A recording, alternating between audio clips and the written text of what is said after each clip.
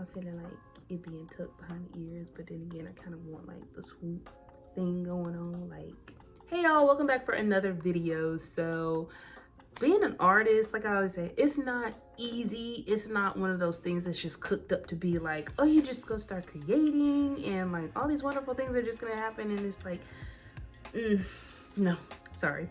I have the top 3 lessons I learned as an artist, and it's whether I learned it the hard way or it's whether I learned it the easy way. But either way it goes, I learned these lessons along the way as being an artist. I hope this is a good takeaway for you, and I hope you can learn off of my experiences, because I feel like we can all learn from each other. We all will have different experiences within this art career and within our life and journey.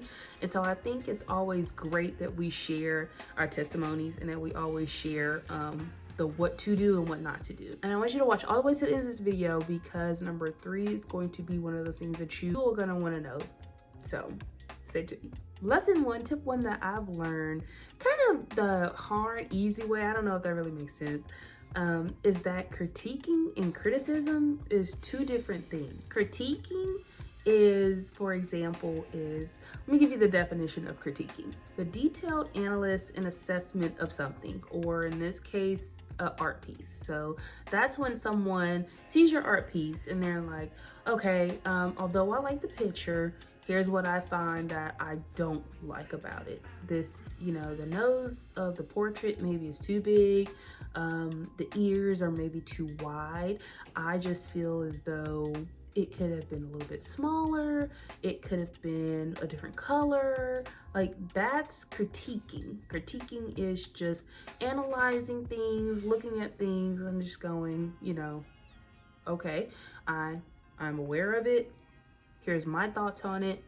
And, you go on from there. Criticism, the expression of disapproval or one's faults or perceived faults.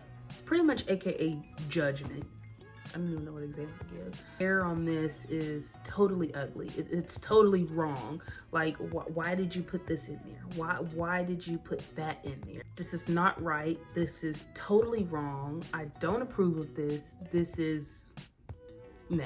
Like, can you see the difference? Critiquing is, I see that you put the ears larger, or I see that you put the hair blue. Let's just go there. We're gonna say, I see that you put the hair blue.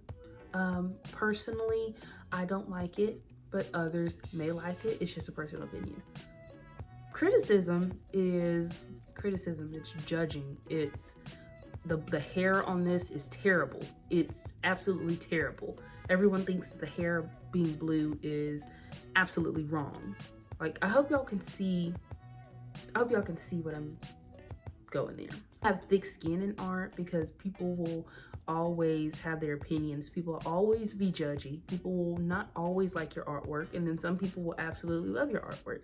And I'll say this, that you are your biggest critic when it comes to your artwork or really anything that you do in life. You are always going to be the person that judges you. So learning these things have helped me to not feel so discouraged about my art. Like, I've learned from it. Okay, I hear the complaints, I hear the concerns, or I hear the questions about it, but how I feel about it is how I feel about it. If I love it, I love it. Some people may not like the hair being blue. Some people may not like the skin being green. Like, people will just have their different opinions about art. And that's why you have many different people that do art, because one person might do it in a style that other people like, and another person may do it in a style that another person likes, and that's just the beauty of art. Number 2 on what I learned about being an artist is you have to allow yourself time to grow. And when I say that, meaning that you have to allow yourself time to work on art. You have to allow yourself time to actually flourish in being an artist. So if you're not where you want to be, or if you're in a state where it's like, okay, my pictures are really just stick figures type thing, like, allow yourself time to actually grow into that full-scale artist that you are imagining, the person that's doing the big portraits or the big grand drawings or paintings or whatever medium you like to use. Like, imagine yourself being there and just breathe. Like, take your time, because some art pieces are gonna take 80 hours and some art pieces are gonna take literally like 8 minutes. It just all depends. But when you rush, that's where you find a lot of error, or that's where you find that you can't finish a piece.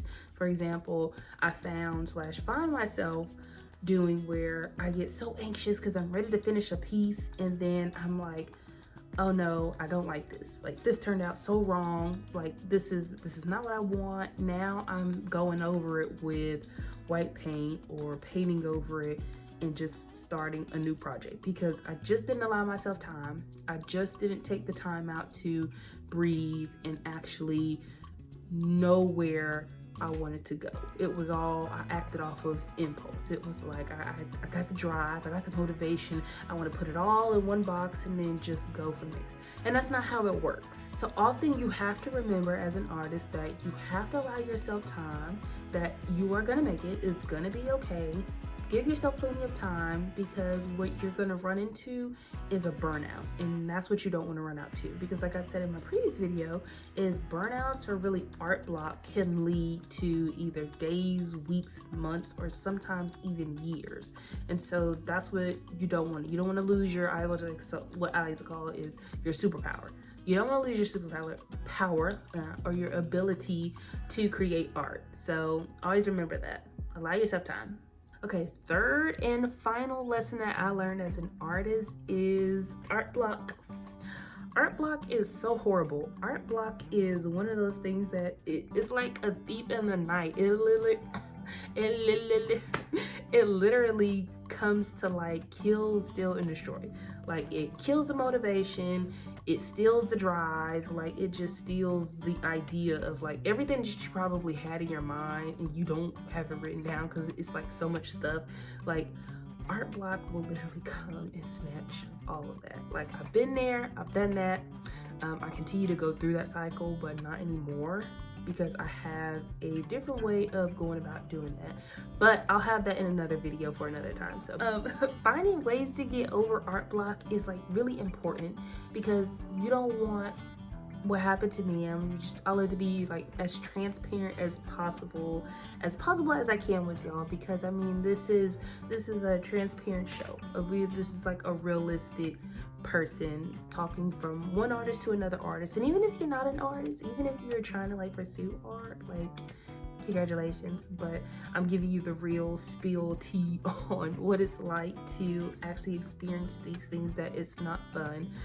I went through a period of time where I actually had art block for, I think it was like three years, where I just didn't create any art, like anything art related. I was just turned off by. And even with like family and friends asking, I'll pay you to draw this picture of this person, it was just like, no, I'm not really motivated, or I'm not really set up in a place to where I really want to draw a picture of somebody, even if it is for exchange of currency. Nah, I'm good. In my next video of ways that you can avoid art block and how it can help you. How it can help you to stay out of the art block phase, because like I said, art block is one of those things where it just creeps up on you. Like, one day you're motivated and then the next day you're literally don't want to do anything art related. You don't want to touch, you don't want to paint, you don't want to draw. Like, even a simple sketch where you just like, nah. I always say being an artist, of course, is not easy. It's not what most people think of it.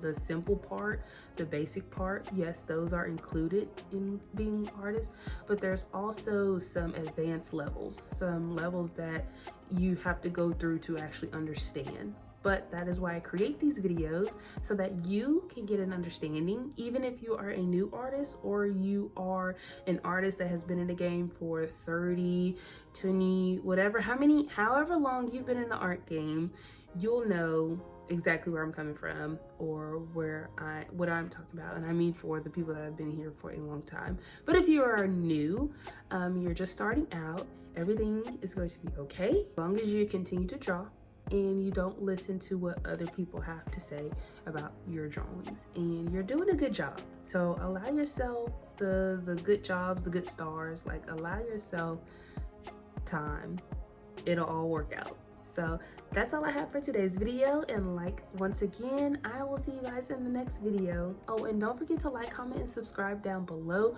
on what are some top 3 things that you have learned as an artist or being in an art career. It doesn't matter if you are just starting out, or like I said, if you've been in the game for 15, 20, 30 plus years. I'd love to hear you guys' response. I'd love to hear you guys' feedbacks, and I'm always open to stories and suggestions. So thanks once again. See you.